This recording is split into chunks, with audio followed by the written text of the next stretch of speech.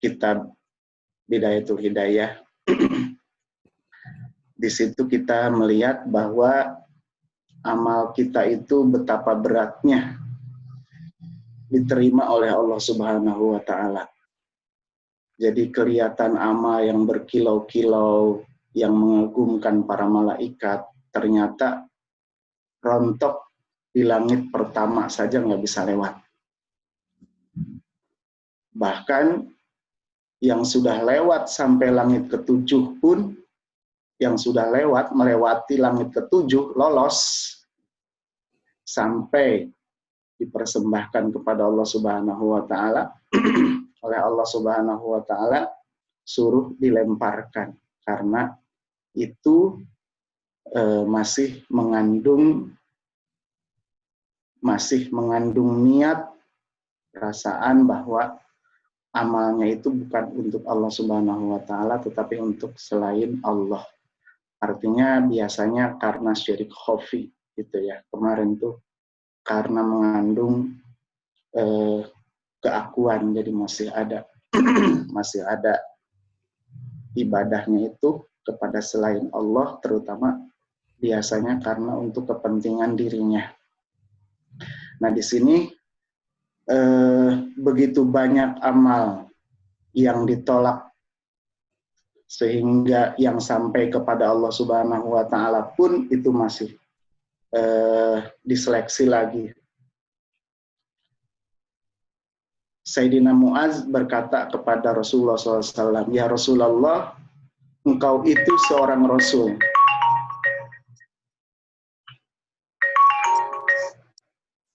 Ya Allah, engkau itu seorang Rasul dan saya hanyalah Mu'adz. Bagaimana saya bisa selamat? Amal saya dengan penjagaan yang begitu mengerikan.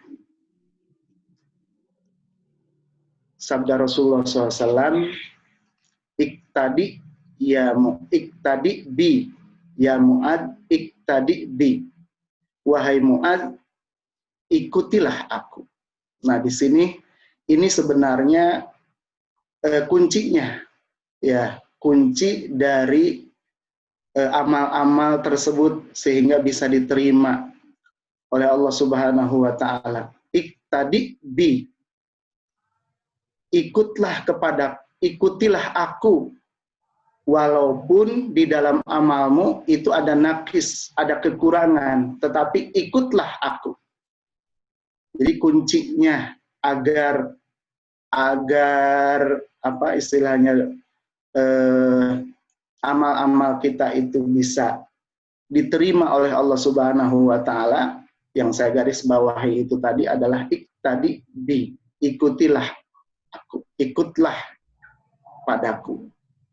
Sebagaimana syahadat kita itu ada dua. Yang pertama asyhadu alla ilaha illallah, yang keduanya wa asyhadu anna Muhammadar Rasulullah.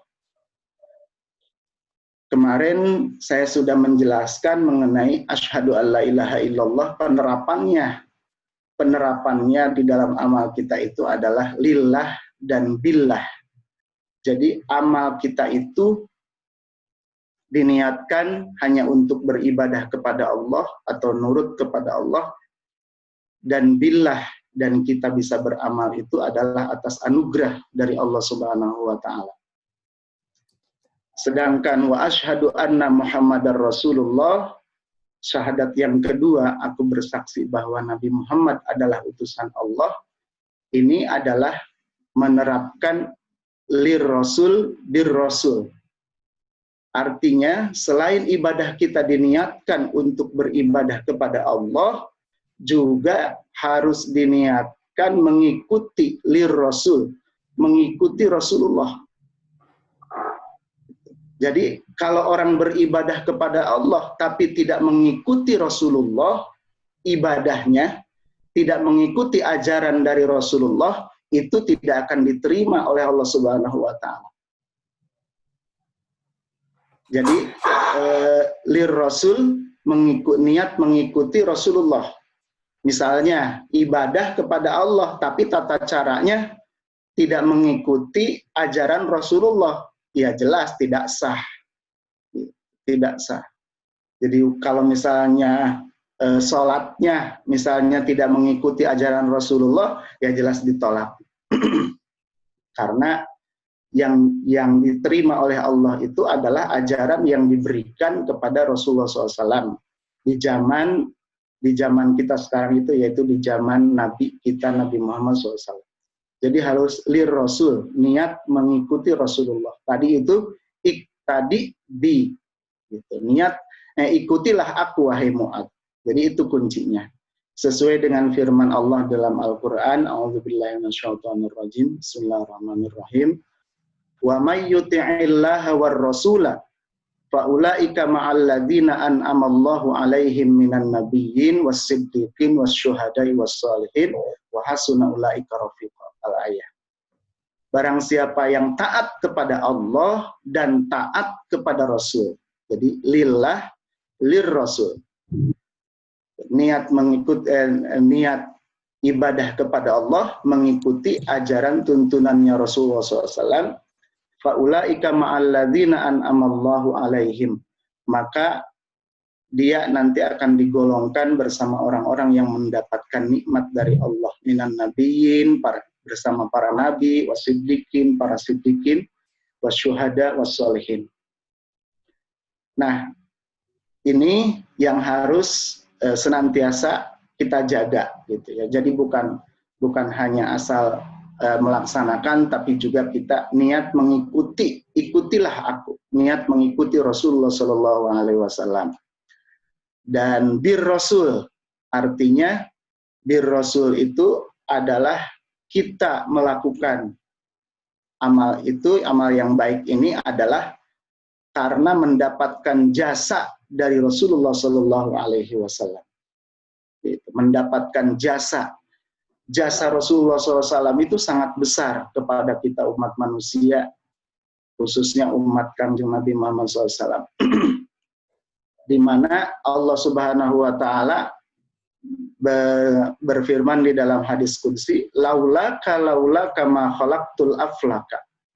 Aku tidak akan menciptakan seluruh makhluk, seluruh jagat raya beserta isinya, seluruh alam dunia, seluruh makhluk. Aku tidak akan menciptakan seluruh makhluk. Laulaka ma khalaqtul aflaka. Aku tidak akan menciptakan seluruh makhluk jika aku tidak menciptakan engkau, wahai kekasihku Muhammad. Jadi yang pertama diciptakan itu oleh Allah Subhanahu Wa Taala adalah Nur Muhammad. Dari Nur Muhammad itu min nurika khalqu jami'an khuliqa. Jadi dari Nur Muhammad itu diciptakanlah seluruh makhluk Allah Subhanahu Wa Taala. Jadi semua makhluk Allah itu berhutang jasa lah istilahnya. Adanya itu adalah atas jasanya Rasulullah SAW. Termasuk kita bisa beriman, kita bisa memeluk agama Islam, bisa sholat, bisa puasa. Itu adalah atas jasanya Rasulullah SAW yang telah menyampaikan dan mengajarkan ibadah tersebut kepada kita semua. Jadi kita diajari para sahabat kemudian kepada Rasulullah mengajarkan kepada para sahabat kepada tabi'in, terus para tabi'in, terus sampai kepada kita. Dengan demikian kita ini mendapatkan jasa dari Rasulullah Shallallahu Alaihi Wasallam. Nah, ini adalah salah satu penerapan ya Rasul bir Rasul itu penerapan hati kita di dalam syahadat yang kedua, yaitu asyhadu anna Muhammadar Rasulullah. Jadi kita senantiasa menerapkan di dalam ibadah kita bahwa ibadah kita ini adalah mengikuti Rasulullah Shallallahu Alaihi Wasallam.